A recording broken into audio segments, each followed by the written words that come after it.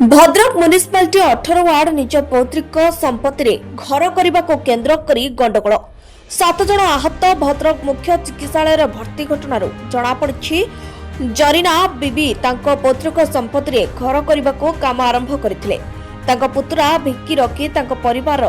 एकत्रित होई लुहा pipe bounce रे आक्रमण करथिले। कहार हाथ भांगी जाइछि तो आउ कहार छाती को माड़ होइछि। अभियोग नहीं पुराना बजार थाना रे कहिले मध्य पुराना बजार थाना अधिकारी कौन पदक्षेप नेउना एफआईआर लॉन्च करुना धमक चमक आसुछि। जदि अभियोग आधार आसामी को न धरती ताहले एसपी द्वारस्थ हेबे बोली चेतावनी दैछन्ति। आहत होइतबा मयमुना बीबी, नगमा बीबी, रजिया खातून,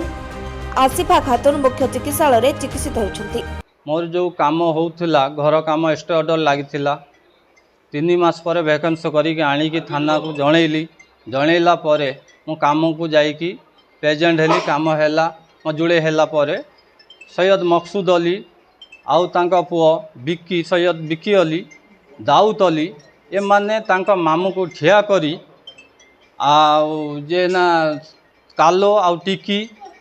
ए माने जाइकी ठिया हेकी भणजा भिणी समान माने भांगुचंती देखुचंती ठिया हेकी अंतु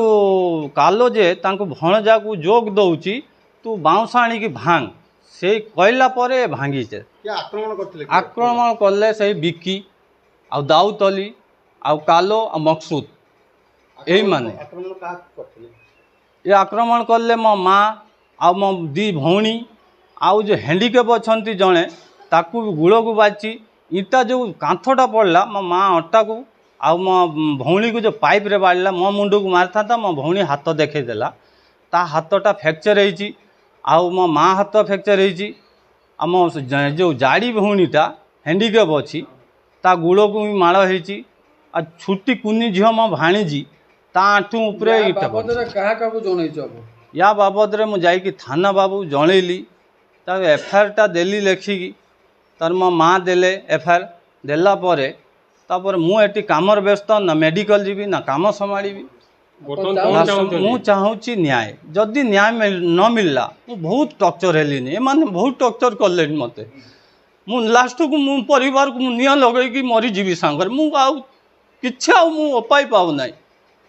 बुझिले लास्ट को मु न बुझे आईएससी कॉर्पोरेट आसी करी आसीचंती न बुझे मु एसपी पाखु जीवी धारणा देवी न हबी ना किरोसिन लगिले समस्त परिवार सहित जड़ी जीवी। ज्ञानी प्रकाश सेनापति रिपोर्ट गीतांजलि न्यूज ओडिया।